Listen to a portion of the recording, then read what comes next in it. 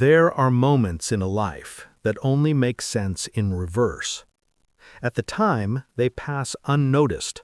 They don't announce themselves as warnings. They don't feel important enough to remember. They feel like background noise, like the kind of thing you'd mention in passing, if at all. Later, those moments return differently, sharpened, isolated, demanding attention they were once denied. The first of those moments happened in October. It was late, not late in the dramatic sense, late in the quiet sense. The kind of late where the house has already settled into itself, where every sound feels larger simply because there are fewer of them. Clara had woken up needing water. That was all. She didn't turn on any lights, she didn't put on her glasses, she knew the hallway by heart. 12 years in the same house had trained her feet to move through it without thought. She stepped out of the bedroom, one hand trailing along the wall, and that was when she saw the dog. Archer was sitting in the hallway, not lying down, not sleeping, sitting upright, squarely, his body aligned directly toward the guest room door. At first glance, nothing about it felt wrong. Dogs sit. Dogs wake up in the night. Dogs listen to things humans miss. Clara took 2 more steps before something in her slowed. Not fear, recognition. Archer wasn't just awake. He was focused. His back was straight, his head was level, his ears were angled forward, not twitching, not shifting, as if he had already located the source of his attention and no longer needed to search for it. He was staring. Clara stopped walking. The guest room door was closed. It had been closed when she went to bed. She remembered that clearly. She always closed it. The guest room collected cold air if left open, and she hated waking up to a chill creeping down the hallway. She followed Archer's line of sight to the door, then looked back at him. "Archer?" she whispered. The sound of his name usually earned her something, a flick of the ears, a glance, a thump of the tail. This time, nothing. He didn't turn his head. He didn't blink. It was as if she hadn't spoken at all. That should have unsettled her. Instead, she told herself a story. Old dogs hear things. Old houses creak. There was probably a mouse in the wall, or a pipe expanding, or some perfectly reasonable explanation that didn't require further thought. She stepped around him and continued toward the kitchen. She filled a glass with water. She stood at the counter and drank it slowly. And all the while, she could feel it. Not eyes on her, attention behind her. When she turned, Archer hadn't moved. Still sitting, still staring. She hesitated for a moment, then shook her head slightly, irritated with herself. "You're fine," she murmured. She returned to bed. She didn't look back again. The next morning, she remembered the interruption, but not the details. She remembered that she'd woken up, that she'd gone for water, that she'd felt restless afterward. But the image of Archer sitting in the hallway didn't stand out yet. It didn't have edges. It didn't feel like a problem. It felt like something easily absorbed into the larger, blurrier category of nothing worth worrying about. If someone had asked her that day whether anything was wrong in her house, she would have said no, and she would have meant it. The second night arrived quietly. It didn't begin with sight. It began with sound, or rather with the absence of silence. Clara was dreaming, something unremarkable, a grocery store, a list she couldn't quite remember, the kind of dream that leaves no trace once you wake. Then there was a vibration, low, steady, persistent. It slid under the dream instead of breaking it apart, wrapped itself around her awareness and pulled her upward slowly, deliberately. By the time she opened her eyes, she knew exactly what she was hearing. A growl. Not sharp, not loud, not aggressive. It wasn't the kind of growl that warns of a bite or demands attention. It was restrained, measured, almost thoughtful. Clara lay still for a moment, listening. The sound didn't escalate, it didn't fade, it simply continued. Mark slept beside her, turned slightly away, one arm thrown across the bed. His breathing was even, untroubled. She sat up slowly, careful not to disturb him. The growl continued. She swung her legs over the side of the bed and stepped into the hallway. Archer was there again. Same place, same posture, sitting upright, body squared toward the guest room door. The growl came from deep in his chest, vibrating through him without changing his stance. Clara stood behind him, unsure what to do. "Archer?" she whispered. Nothing. She took a step closer. The growl deepened, not louder, deeper.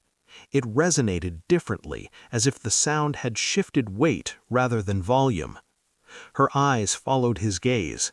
The guest room door, closed, still, unchanged. She reached out and rested her fingers on the doorknob. The growl sharpened just slightly, enough to stop her. Her heart beat faster, irritated now, not frightened. "What is it?" she whispered. "There's nothing there." Archer didn't look at her. He wasn't afraid, he wasn't excited, he wasn't confused. He was alert. She turned the knob and opened the door. The room was exactly as she had left it. The bed neatly made, the dresser bare, the window blinds half closed, moonlight slipping through narrow gaps. No movement, no sound, no reason for alarm. The growl stopped instantly. It didn't taper off, it didn't fade, it simply ceased, as if someone had flipped a switch. Clara stood in the doorway for several seconds, waiting for something else to happen. Nothing did. She closed the door slowly, quietly, more carefully than necessary. As she walked back to bed, she felt foolish and just slightly unsettled. In the morning, she mentioned it to Mark. Not dramatically, not urgently, over coffee, casually, as if she were describing the strange dream. "Archer keeps staring at the guest room at night," she said, growling a little. Mark smiled without looking up from his phone. "He's getting old." "That's all?" "That's plenty," he said. "Old dogs hear ghosts." She smiled at that. The explanation was light, comforting, and it settled easily over the unease she didn't yet know how to name. That night, Clara went to bed telling herself she wouldn't think about it. She closed the guest room door firmly before turning off the lights. She checked the locks. She brushed her teeth. She slid under the covers and waited for sleep. It came eventually, and then, sometime later, she woke again. She didn't check the clock. She didn't need to. She already knew what she would see.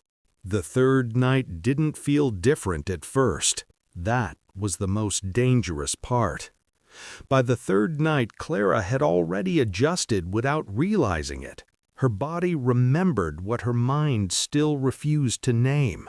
She went to bed alert in a way she hadn't been before, her thoughts hovering instead of settling, her senses tuned slightly higher than necessary.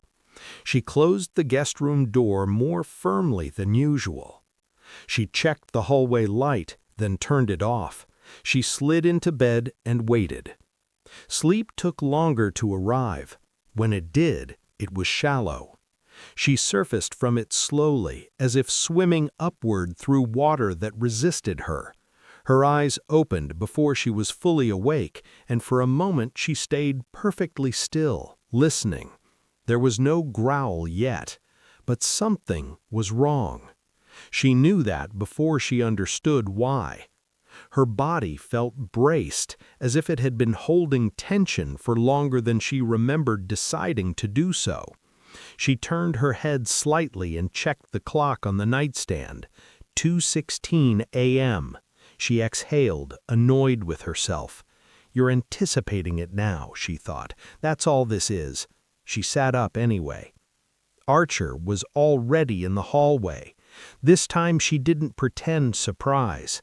He sat in the same place, angled toward the guest room door, posture unchanged.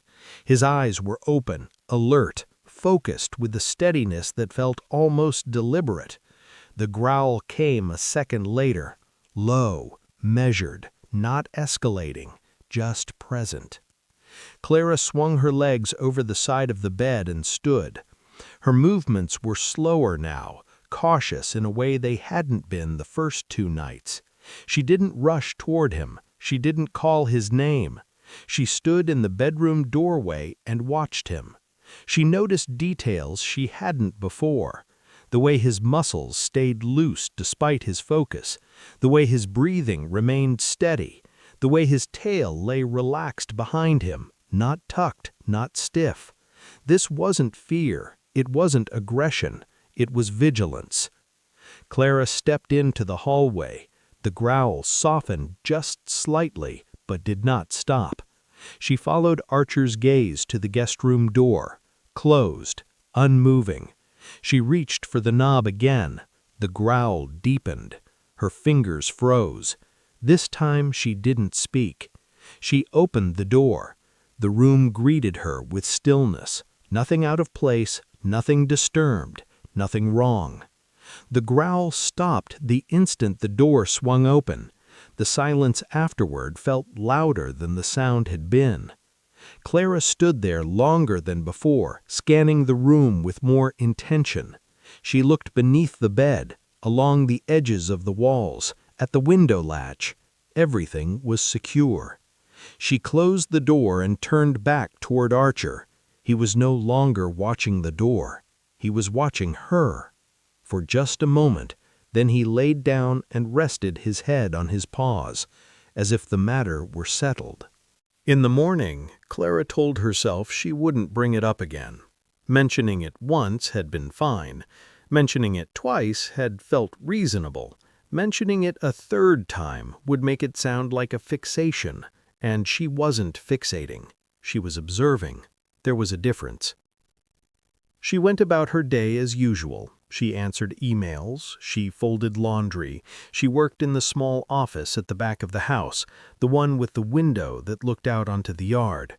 Everything felt normal, almost aggressively so. And yet that night, as she prepared for bed, she hesitated in the hallway. She stood outside the guest room and stared at the door. She hadn't meant to.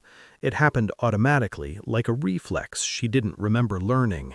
She reached out and turned the knob, opening the door before she could talk herself out of it. The room looked exactly the same. Still, she walked in. She checked the bathroom. The shower curtain was pushed back, the sink was dry, the trash can was empty. She stood in the center of the room and listened. Nothing. She left the door open when she went to bed. It felt like a test. The growl came anyway. That night, Archer stared into the open room. The sound rose and fell gently, never changing pitch, never sharpening into something urgent. Clara stood in the hallway beside him, arms crossed, irritation creeping in beneath the unease. "There's nothing there," she whispered, more firmly this time. Archer didn't respond. She stepped past him and stood inside the guest room. The growl softened.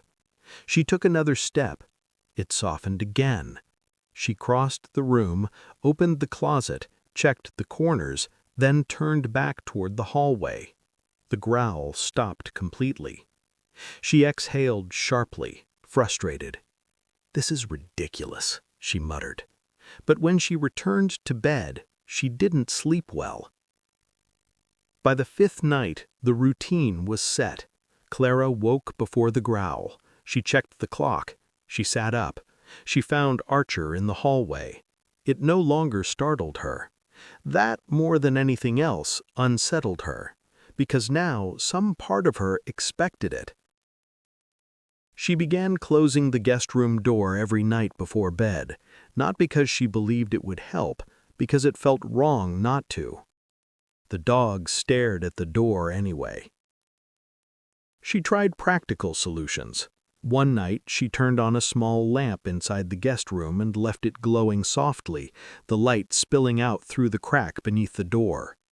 Another night, she placed a chair just outside the doorway, not blocking it completely, just enough to feel like she had asserted control.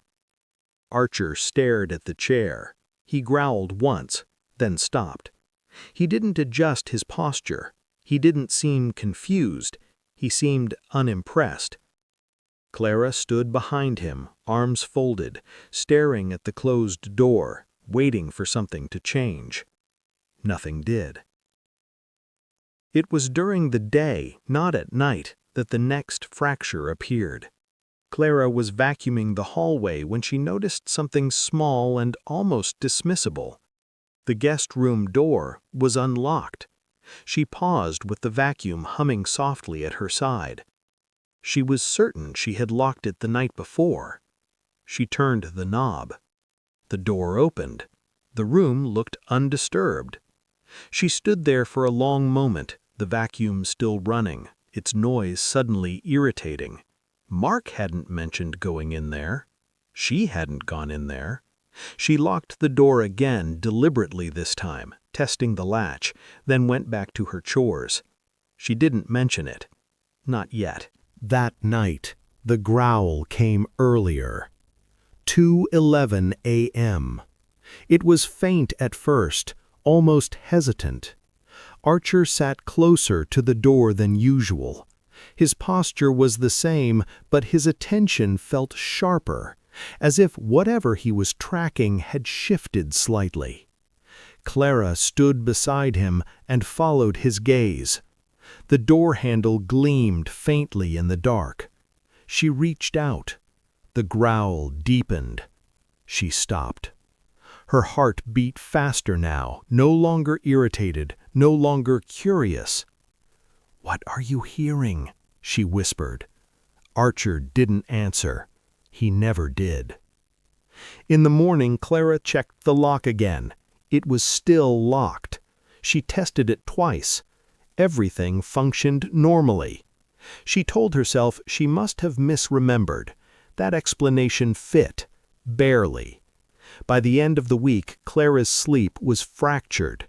She woke often, even on nights when Archer didn't growl. Her dreams were thin and restless. The house no longer felt entirely hers after midnight. During the day, it returned to normal, too normal. Sunlight filled the rooms, the kitchen smelled like coffee and toast, the floors creaked in familiar places. Archer slept at her feet while she worked. Nothing looked wrong. But every night, at nearly the same time, the dog returned to the hallway. And every night he stared at the guest room door as if something on the other side of it was listening too. The first thing that changed was not the dog. It was the house. Not physically, not in any way that could be photographed or pointed out to someone else. It changed in the way a room changes when someone has been inside it without announcing themselves. Clara noticed it late on a Tuesday afternoon. She had been working in the back office most of the day, the kind of quiet, focused work that makes hours slide past unnoticed. When she stood up to stretch, her legs stiff and her shoulders tight, she decided to take a break and make tea. She walked down the hallway toward the kitchen, and she stopped. The guest room door was open, not wide, just enough to reveal a sliver of the room beyond it. Clara stood still, staring at the gap. She was certain she had closed it that morning, certain enough that the certainty itself felt heavier than the door should have. She stepped closer and pushed the door fully open. The room looked normal at first glance. The bed was made, the dresser bare, the light off. but something in the air felt disturbed, not dirty, used. She couldn't explain it any better than that, even to herself. She walked into the bathroom attached to the guest room and stopped short. The trash can wasn't empty. Inside was a crumpled tissue and a coffee stirrer. Not old, not dusty, used recently enough that the paper hadn't fully stiffened. Clara stared down at it, her mind moving slowly, methodically, refusing to jump ahead. Mark drank his coffee black. She didn't use stirrers. She stood there longer than necessary, then reached down and lifted the trash bag out, tying it off with careful fingers. She threw it away in the kitchen trash. She washed her hands. She said nothing. That night, Archer was waiting before the growl began. Clara woke with the sensation that she was not alone in her awareness. She opened her eyes and saw the dim outline of Archer sitting in the bedroom doorway, his silhouette framed by darkness. He was not growling yet. He was watching her. That alone was enough to make her sit up. She checked the clock. 2:09 a.m., earlier than usual. She swung her legs over the side of the bed. Archer turned and walked into the hallway without looking back. She followed him. He sat in his usual place, angled toward the guest room door. The growl came then. Low, steady, deliberate. Clara stood beside him, her arms wrapped around herself, eyes locked on the door. She did not open it. She did not speak. She waited. The sound did not change. It didn't intensify. It didn't diminish. It simply persisted. After several minutes, it stopped. Archer lay down. Clara remained standing, staring at the door long after the sound was gone. She slept poorly after that. The next morning, she checked the locks. She tested the guest room door twice. Locked. Secure. She checked the front door. Locked. Everything appeared as it should. She told herself the trash must have been left over from Lena's stay months ago. That explanation didn't fit well, but it fit better than the alternatives. She clung to it anyway. Lena came by that afternoon. She didn't call first. She never did. She arrived with the same easy confidence she always carried, her knock light, almost playful. Clara opened the door and felt an immediate irrational tightening in her chest. "Hey," Lena said brightly, "I was in the neighborhood." Archer appeared behind Clara, silent and alert. He stopped when he saw Lena, not growling, not barking, watching. Lena smiled down at him. "Hey, old man." She stepped inside. Archer did not move out of her way. For a moment they simply stood there, the dog blocking the hallway, Lena pausing as if waiting for him to shift. "Archer," Clara said quietly. He stepped aside, but he did not take his eyes off Lena. The tension passed as quickly as it had appeared. Lena laughed it off. "He's getting grumpy in his old age." Clara forced a smile. They moved into the kitchen. They talked. They drank coffee. They discussed unimportant things. All the while, Archer lay in the hallway where he could see both the guest room door and Lena, not staring, watching. When Lena stood and stretched, she gestured toward the hallway. "I think I left something here," she said casually, "from when I stayed." Clara's stomach tightened. "Go ahead," she said. Lena walked toward the guest room. Archer stood, not abruptly, deliberately. He positioned himself again, body angled, blocking the hallway without touching her. Lena paused. "Seriously?" she said lightly. "He doesn't like me now?" Clara laughed, a little too quickly. "He's been weird lately." Lena shrugged and stepped around him, opening the guest room door and closing it behind her. The moment the door shut, Archer growled, not low this time, firm, clear. Clara's breath caught. She took a step toward the door. The growl sharpened. She stopped. They stood like that, the sound vibrating through the hallway for nearly a full minute. Then the door opened. Lena stepped out holding a small cardboard box. The growl stopped instantly. Archer turned away. Lena laughed. "Well, that's unsettling." Clara said nothing. That night, Archer did not go to the hallway. He slept in the bedroom, curled at the foot of the bed. Clara lay awake for hours, listening to the familiar sounds of the house and wondering why silence had suddenly become more disturbing than noise. The following night, the growl returned. But something was different. The sound came not from the hallway, but from closer to the guest room door. Archer sat inches away from it now, his nose nearly level with the handle. Clara stood behind him, her heart pounding, the pattern finally too clear to ignore. This was not about the room. This was about who used it. She did not open the door. She did not need to. The realization arrived quietly, without drama or certainty. Just a question that refused to leave. What if the dog isn't wrong? Clara sat on the hallway floor beside Archer, her back against the wall.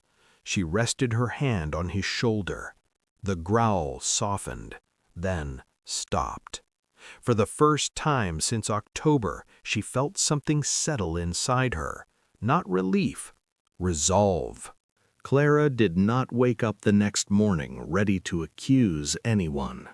She woke up tired. Not the kind of tired that comes from poor sleep alone, but the heavier kind that settles in when your mind has been working overtime without permission. The house looked normal in daylight. That almost felt cruel. Sunlight spilled across the kitchen floor. Dust floated lazily in the beams near the windows. The coffee maker gurgled and clicked the way it always did.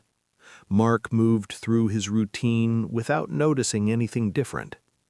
Archer lay near the back door, asleep. If Clara hadn't been paying attention, she might have convinced herself the nights were exaggerations, that exhaustion was amplifying things that didn't matter. But she was paying attention now. She watched Mark leave for work. She listened to his car pull out of the driveway. She waited until the sound disappeared completely. Then she walked to the guest room. The door was closed, locked. She tested it once, then again. It held. She stood there longer than necessary, staring at the handle, memorizing its position, the way the light hit the metal, the exact angle of the latch. Then she walked away. That afternoon, Clara did something she hadn't done in years. She opened the folder where she kept household paperwork, manuals, warranties, contracts, things she rarely needed but never threw away. She found the documentation for the smart locks. She read it carefully. She learned things she hadn't bothered to learn when they were installed, about access logs, about override permissions, about user profiles. She downloaded the app again. It had been sitting on her phone unused, buried in a folder she rarely opened. She logged in. The interface loaded quickly. Clean. Efficient. Too efficient. She stared at the screen for several seconds before touching anything. Then she tapped Activity History. The list populated instantly. Front door. Locked. Unlocked. Garage door. Locked. Unlocked. Guest room door. She scrolled. Slowly. Her breathing stayed even, but her hands felt cold. There were entries she didn't recognize, times she knew neither she nor Mark had been awake. She tapped one. Guest room. Unlocked. 2:13 a.m. Manual override. Her heart beat faster. She scrolled back. Another entry. Another. Different nights. Same window of time. Always between 2 and 3 in the morning. She tapped one at random. User Lena mobile. Clara set the phone down. She didn't react right away. No gasp, no sudden rush of emotion, just a quiet internal shift as the shape of things finally aligned. She picked the phone back up. She scrolled further. Weeks, then months. The pattern was unmistakable. The guest room door unlocking, the front door unlocking shortly after. Sometimes the order reversed, sometimes it didn't. But the names never changed, the times never changed much, the access never stopped. Clara sat at the kitchen table until the screen dimmed and went dark. Then she woke it again. She took screenshots, every entry, every override. She emailed them to herself. She backed them up to a drive. She did not rush. Rushing would only make room for mistakes. That night, Archer did not growl. He went to the hallway, as he always did, and sat facing the guest room door, but there was no sound. Clara stood behind him and looked at the door with new eyes. She knew now that it opened at night. She knew who opened it. She knew how long this had been happening. What she didn't know yet was why. She did not open the door. She did not need to. The next day, she began noticing things she had overlooked before. The mail. A credit card offer addressed to her but sent to a different version of her name. An envelope she didn't remember opening. A bank alert she had dismissed weeks ago as a glitch. She didn't panic. She didn't call anyone. She opened a browser and pulled her credit report. Then she pulled another. Then a third. She circled the things that didn't belong, inquiries she hadn't made, addresses she didn't recognize, accounts she didn't open. They were small at first glance, manageable, but taken together they formed something else entirely, a structure, a system. Clara did not confront Lena. She did not call her. She did not ask questions she already knew the answers to. Instead, she became quiet, deliberately quiet. She went about her days normally. She answered Lena's occasional texts with polite brevity. She let her come by when she wanted. She let the logs continue to grow. Every night, Archer went to the hallway. Sometimes he growled, sometimes he didn't, but he always watched, and Clara always listened. The hardest part was pretending nothing had changed, sitting across from Mark at dinner, talking about schedules and errands and nothing important, knowing he had trusted Lena too, knowing he hadn't looked closely, not yet deciding what that meant. She wasn't ready for that conversation, not until she understood everything. Late one afternoon, Clara stood in the guest room again. She looked at the bed, the dresser, the closet. She opened the bathroom door and stared at the trash can. Empty. Clean. She imagined Lena moving through the room at night, quiet, confident, unhurried, using the space like it still belonged to her. Clara closed her eyes briefly, not in anger, in clarity. That night, Archer growled once, short, firm, then stopped. Clara knelt beside him in the hallway and rested her hand on his shoulder. "I know," she whispered. The dog leaned into her touch. He didn't need to warn her anymore. She had seen the truth for herself. Clara did not act right away. That was the first real decision she made. Everything before that had been reaction, instinct, a slow awakening to the truth that something in her house did not belong. Waiting was different. Waiting required intention.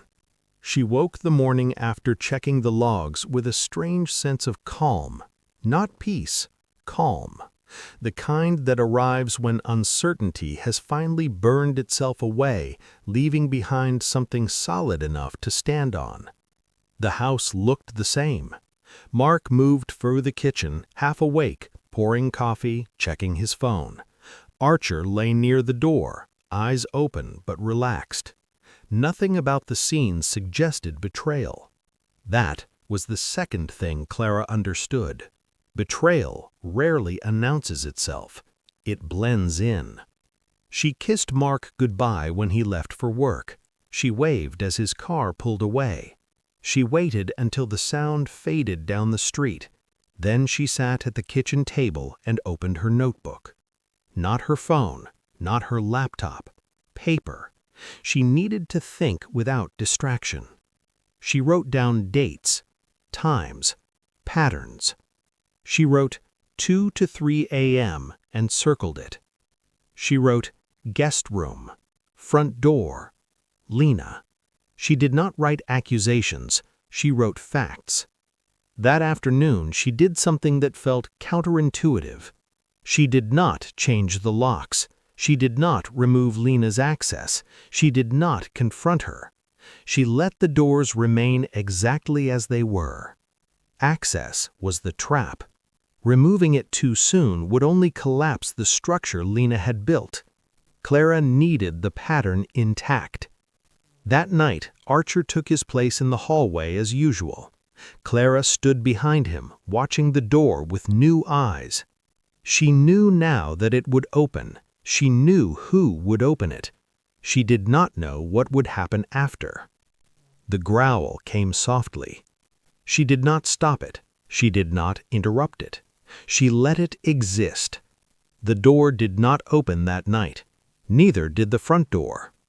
Clara checked the logs in the morning. No entries. She noted it. One data point, not a conclusion. The second night, the door unlocked at 2:21 a.m. Clara did not wake until the growl began.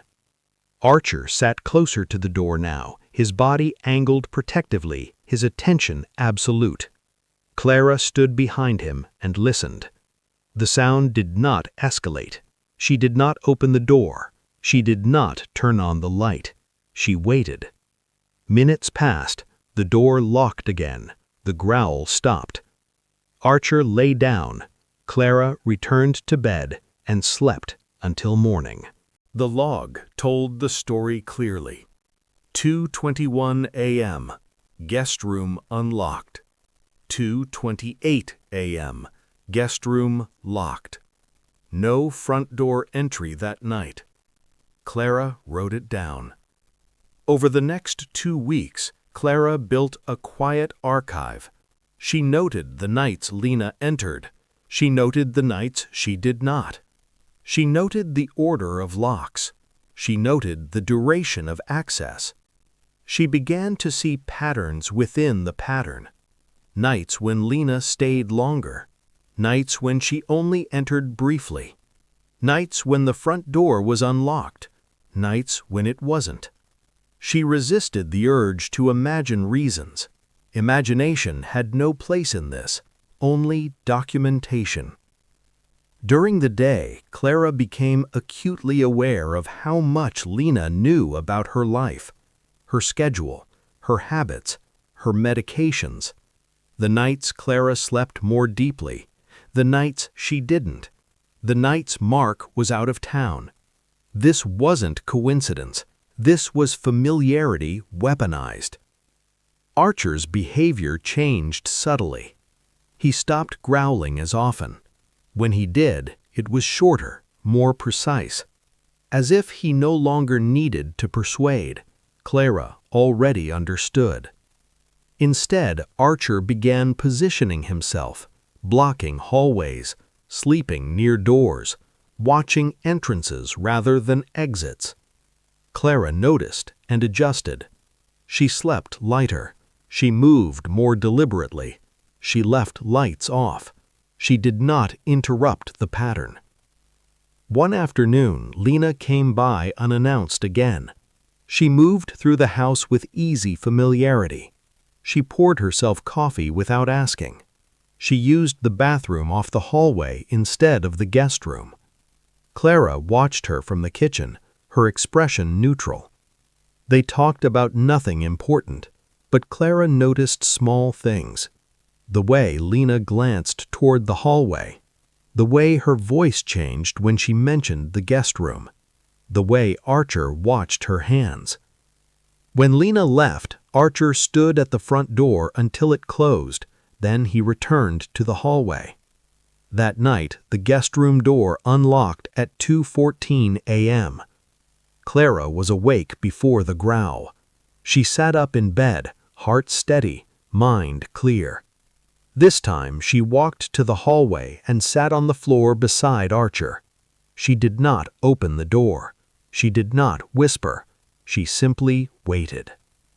The door locked again. The house returned to silence. Clara rested her forehead against the wall and closed her eyes. Waiting, she realized, was not passive.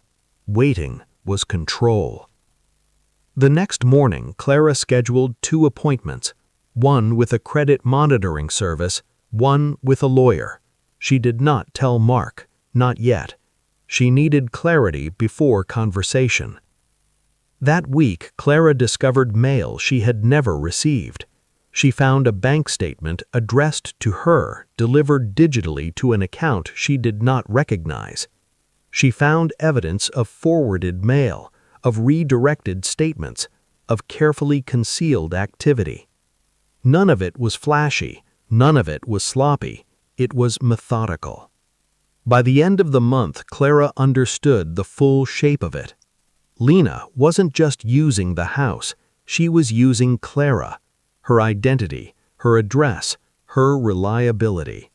She was using the guest room as an anchor, a place she could return to quietly, repeatedly, without suspicion. Archer did not growl at the door anymore. He simply watched, and Clara understood why.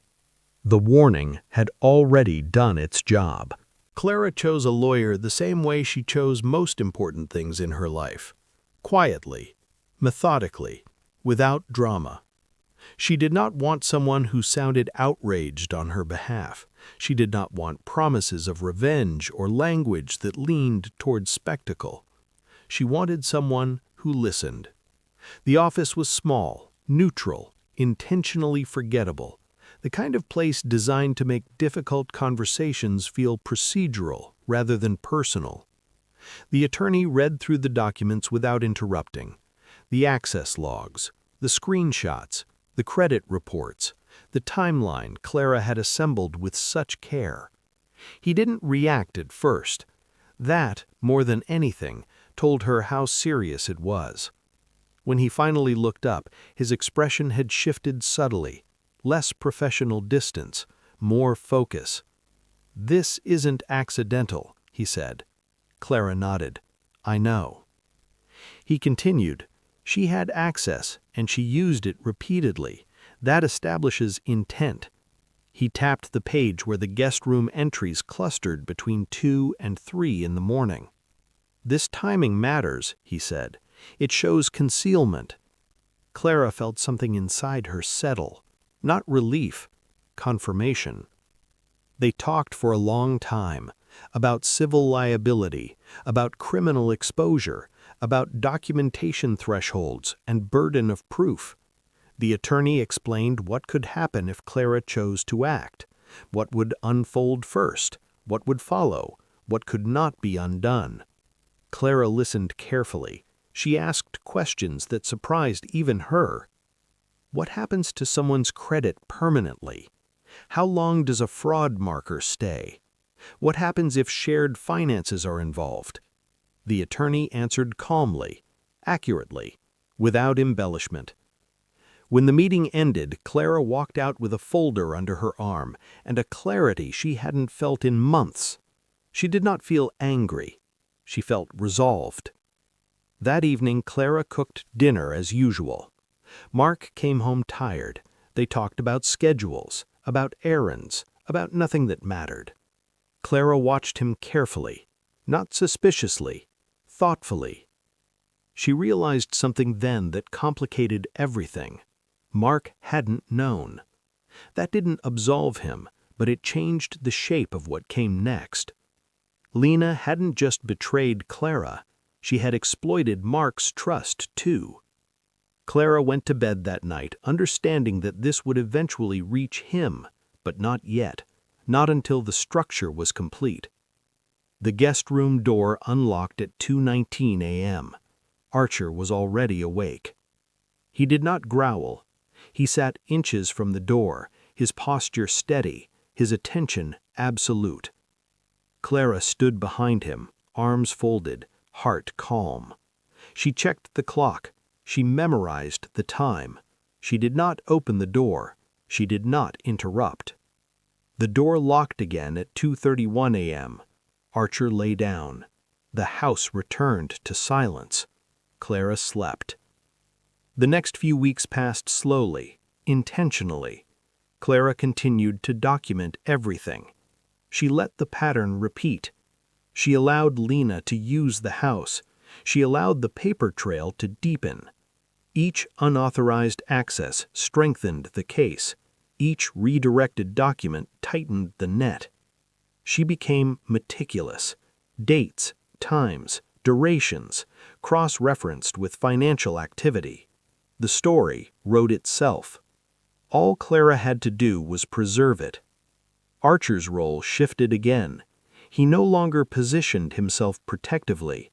He became still, observant, as if he understood that the danger had changed shape. There was nothing left to warn Clara about. She already knew. One night, Clara sat on the hallway floor beside him after the door locked again. She rested her head against the wall. "I won't stop it, but I will end it." Archer leaned against her leg. That was all the agreement they needed. The following week, Clara authorized the next step. The attorney filed quietly. No notifications, no warnings, no disruptions. They allowed Lena to continue long enough to cross a legal threshold that removed all plausible deniability. Once that line was crossed, there would be no turning back. Clara knew that. She chose it anyway.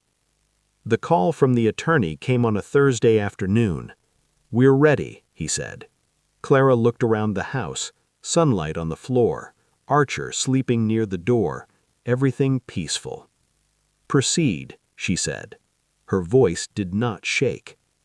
That night, the guest room door did not unlock. For the first time in months, the hallway remained empty. Archer stayed asleep. Clara lay awake anyway, listening to the house breathe, knowing that something irreversible had already begun.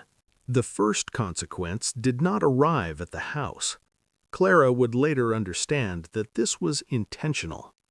Consequences, when handled properly, don't knock on doors.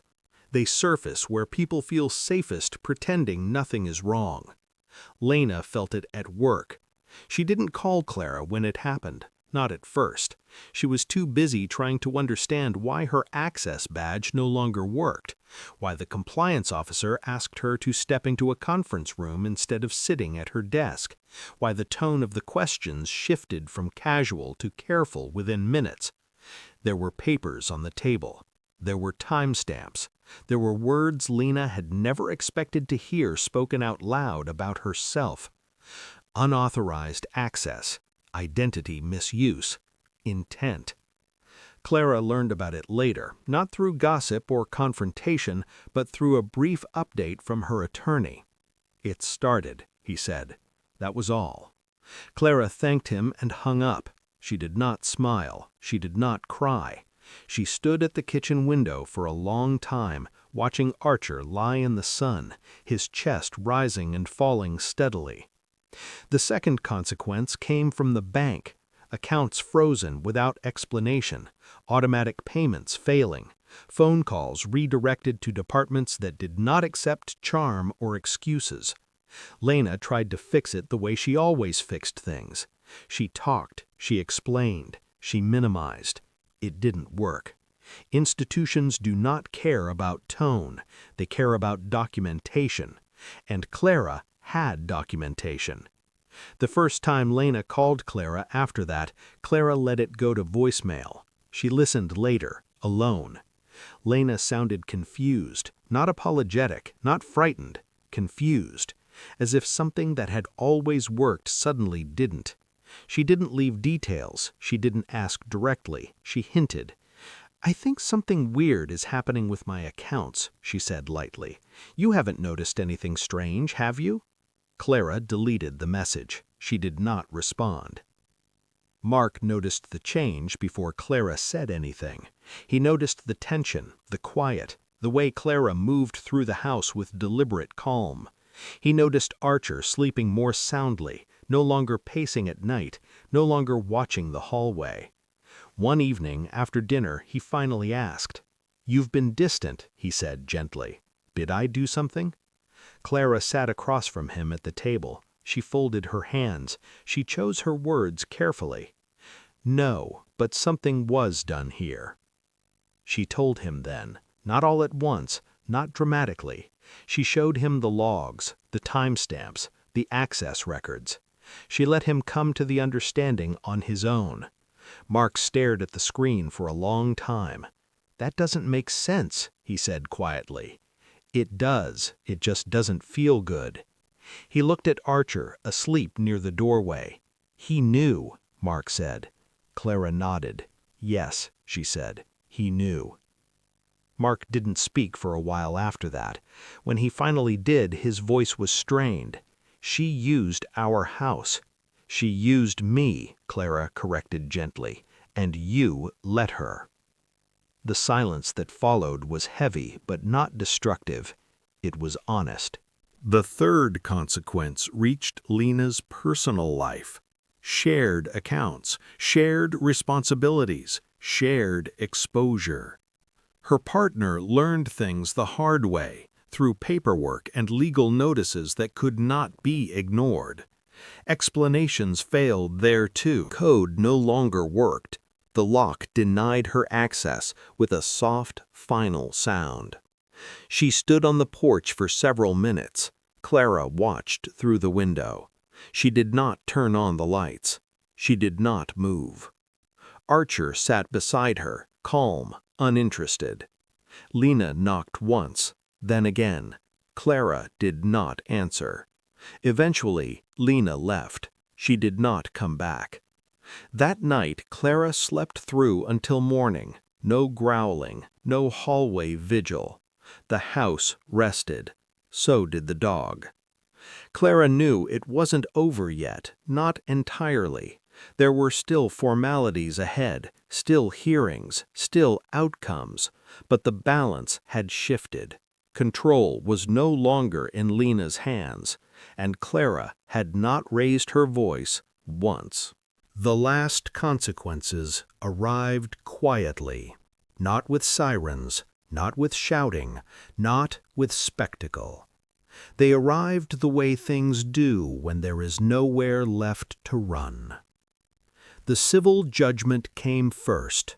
Lena was ordered to repay everything tied to the fraudulent use of Clara's identity, not just the amounts taken, but the penalties attached to intent, interest, fees, the cost of investigation.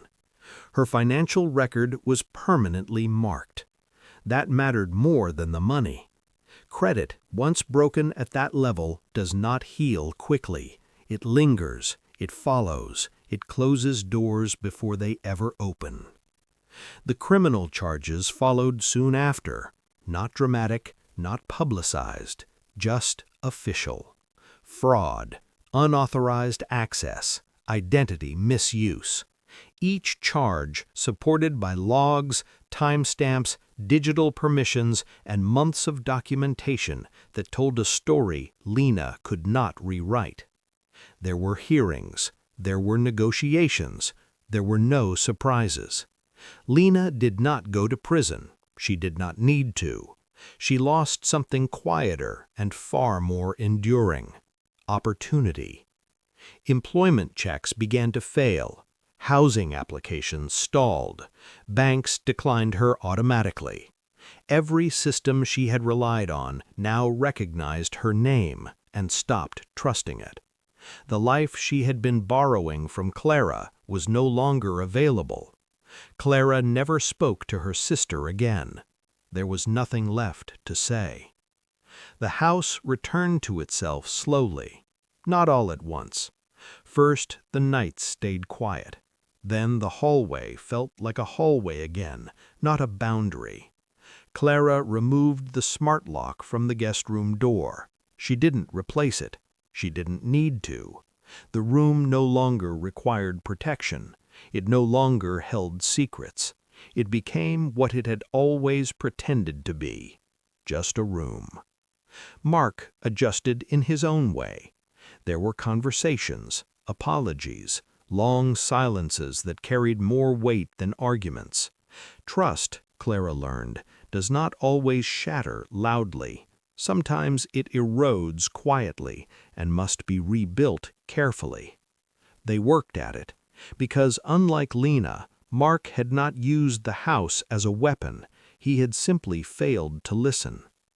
Archer never stared at the guest room door again, not once. He walked past it without slowing, without glancing, without memory. His job was finished. On quiet mornings, he slept in patches of sunlight near the back door. On evenings, he followed Clara from room to room like he always had. Nothing in him remained alert. Nothing in him remained tense. The last time Clara thought about the months before, it wasn't with anger. It was with understanding. She understood now that warnings don't always arrive as fear. Sometimes they arrive as consistency, as patterns, as a dog who refuses to look away from something everyone else insists is harmless. Everyone in that house had a reason to lie. Lena wanted access. Mark wanted peace. Clara wanted normalcy. The dog wanted none of those things. He wanted the truth, and he was willing to sit with it every night until someone else finally listened. Thanks for listening, and please remember to like, share, and subscribe. Hit the notification bell to be notified of new stories, and let us know in the comments your thoughts on how Clara handled this.